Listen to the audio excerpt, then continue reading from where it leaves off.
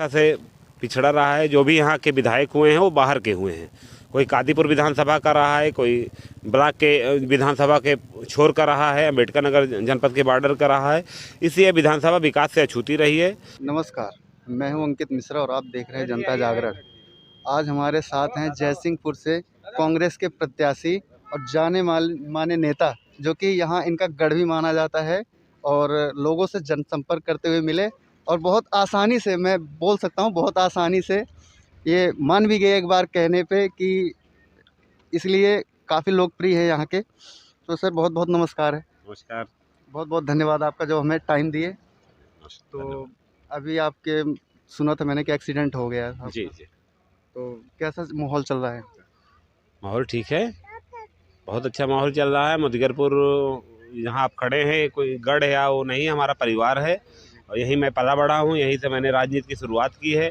Sir तो आप जैसे अगर सत्ता में आ रहे हैं और अगर आप यहाँ से विधायक बन रहे हैं तो पहली प्राथमिकता आपकी क्या होगी? जयसिंहपुर विधानसभा क्षेत्र जो हमेशा से पिछड़ा रहा है, जो भी यहाँ के विधायक हुए हैं वो बाहर के हुए हैं। कोई कादीपुर विधानसभा का रहा है, कोई ब्लॉक के विधानसभा के छोर का रहा है, अम्बेडकर नगर जनपद के बॉर्डर का रहा है। इसलिए विधानसभा विकास से अछूती रही है।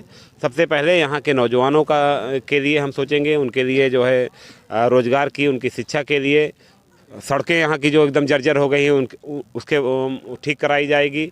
लोगों को स्वावलंबी बनाने के लिए जो भी सरकार से हम लोग प्रयास करके पूरा, जो चाहे सरकार चाहे जिसकी भी रहेगा, जनप्रतिनिधि अगर सही रहता है तो काम होते हैं। तो हम पूरा प्रयास करके अपने क्षेत्र में, अपने जयसिंहपुर विधानसभा क्षेत्र के विकास में जितना भी मन पड़ेगा हम लोग करेंगे। तो सर आप राजनीति में कब से आए? राजनीति में हम अपने छात्र जीवन से ही हैं। जब बीए फर्स्ट ईयर के छात्र थे तभी से हम छात्र राजनीति में जुड़े रहे। उस समय भी हम लोगों ने 6 दिन तक आमरण अनशन किया, भूख हड़ताल की, छात्र हित के मुद्दे उठाए। सन 2000 से मैं सक्रिय राजनीति में हूँ। कांग्रेस पार्टी के छात्र संगठन का अध्यक्ष रहा 9 साल, युवा कांग्रेस में रहा, कांग्रेस का जिला अध्यक्ष रहा, आज कांग्रेस का प्रत्याशी के रूप में है। यहाँ पे आपका मुकाबला किससे लग रहा है? मुकाबला अभी तो हमें कुछ समझ में नहीं आ रहा है किससे होगा, लेकिन यह है कि जो भी लड़ेगा हमसे लड़ेगा, ये हम मान के चल रहे हैं। और बहुत ही अपने शुभचिंतकों के साथ, अपने नौजवान साथियों, किसान भाइयों, महिलाएं, सबका समर्थन, हम व्यापारियों का सबका समर्थन हमको मिल रहा है। सबको लेकर हम चुनाव लड़ेंगे और बहुत मजबूती से हम लोग चुनाव लड़ रहे हैं। सर जैसा कि मैं अभी पीछे देखते हुए आ रहा था तो जनसंपर्क आप कर रहे थे, तो काफ़ी जनसंपर्क से मैं देख रहा था ना, समर्थन भी आपको मिल रहा है। जी जी जी, क्योंकि हम यहीं पले बड़े हैं, इन्हीं के बीच में रह के, हम लोगों के बीच में रह के हमने अपनी राजनीतिक कैरियर की शुरुआत की है। लोगों के साथ सड़क पे बैठे हैं, उनकी अधिकारों के लिए लड़ाई लड़ी है, कभी थाने पे बैठे हैं। हमेशा से जनता का, यहाँ के मुदगरपुर विकासखंड के जनता का, यहाँ के चौराहे के व्यापारियों का, सभी बड़े बुजुर्गों का, नौजवानों का हमेशा से सहयोग मेरे साथ रहा है और मैं भी इनको परिवार की तरह समझता हूँ। लोग भी मुझे अपने परिवार का ही मानते हैं, इसलिए सबका समर्थन हमें मिल रहा है। सर मैं एक जगह गया था, ऑफ कैमरे पे एक आदमी ने मुझे बताया कि अगर आप यहाँ से जीतते हैं तो इसमें कांग्रेस पार्टी की नहीं, आपकी भूमिका मानी जाएगी। देखिए, कांग्रेस ने ही प्लेटफार्म हमको दिया राजनीति करने का। कुछ भी हो, कांग्रेस ही हमारी पहचान है। तो अभिषेक सिंह राणा जीते या कांग्रेस जीते या माननीय प्रियंका जी की ही जीत होगी और जनता जनार्दन की जीत होगी। और ये तो पक्का है कि अगर मैं जीतता हूँ, कांग्रेस पार्टी यहाँ जीतती है, तो जिस तरह और सरकारों में अपने अपने लोगों ने अपना सफाई बनाया, इटावा मैनपुरी बनाया, उससे कम हमारा अपने जयसिंहपुर विधानसभा क्षेत्र के विकास में जितना भी मन पड़ेगा हम लोग करेंगे। तो जनपद नहीं, प्रदेश में एक अहम स्थान रखेगा। तो सर आज जैसा कि देखते हैं कांग्रेस पार्टी काफ़ी पीछे मानी जाती है, इसका आप मुख्य कारण क्या है?